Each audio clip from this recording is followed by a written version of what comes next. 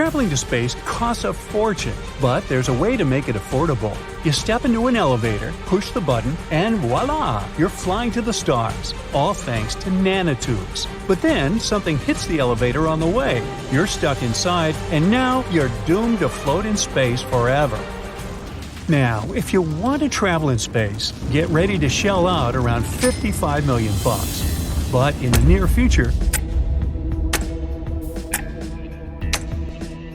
what if rockets became obsolete? No more thunderous launches, no more burning tons of fuel. Instead, you step into an elevator, press a button, and ride straight into orbit. This is the dream of the space elevator, a machine so wild it sounds impossible. But scientists have been chasing this idea for over a century. And if it works, it could change space forever.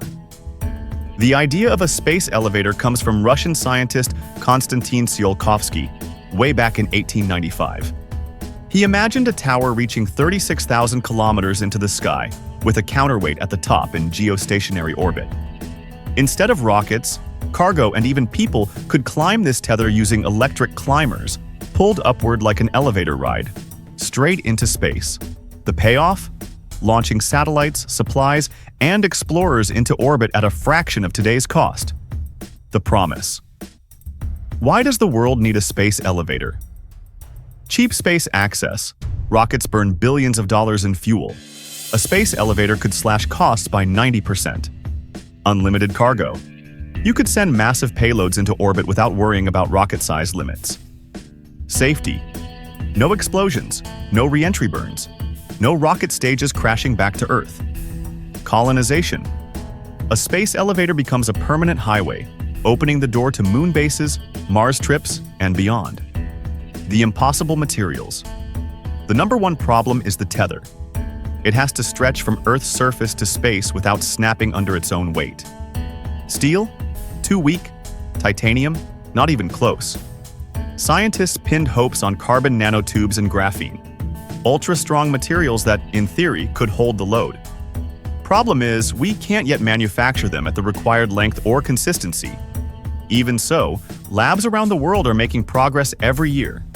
Small steps, longer fibers, stronger composites, inch us closer. Designs on the table. Different versions of the elevator have been proposed. Earth to geostationary orbit. The classic design, tether anchored to Earth, counterweight in space. Lunar elevators. Easier to build on the moon, where gravity is weaker. Could be a test run for Earth. Ocean platforms. Anchoring to the sea instead of land avoids storms, earthquakes, and politics. The dangers. Even if we solve the material problem, the elevator faces serious risks. Weather, hurricanes, or lightning could damage the tether. Orbital debris. Space junk slamming into the line could shred it. Security. A single cut would send thousands of kilometers of tether crashing down, devastating anything in its path. Why it still might happen. Countries like Japan and China have already run space elevator contests, testing robotic climbers on prototype cables. NASA has funded studies. Private companies keep sketching designs. The truth is, we're not there yet.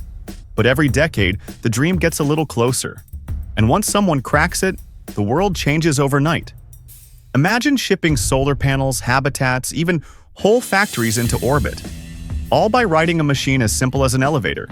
The space elevator is still a dream, but so were airplanes, submarines, and walking on the moon.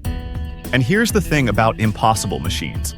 Once the idea exists, humanity doesn't stop until it's real. So maybe one day, when rockets are just museum pieces, we'll all remember the moment when space stopped being up there and became just an elevator ride away. This is TechRupt, where science fiction breaks into reality.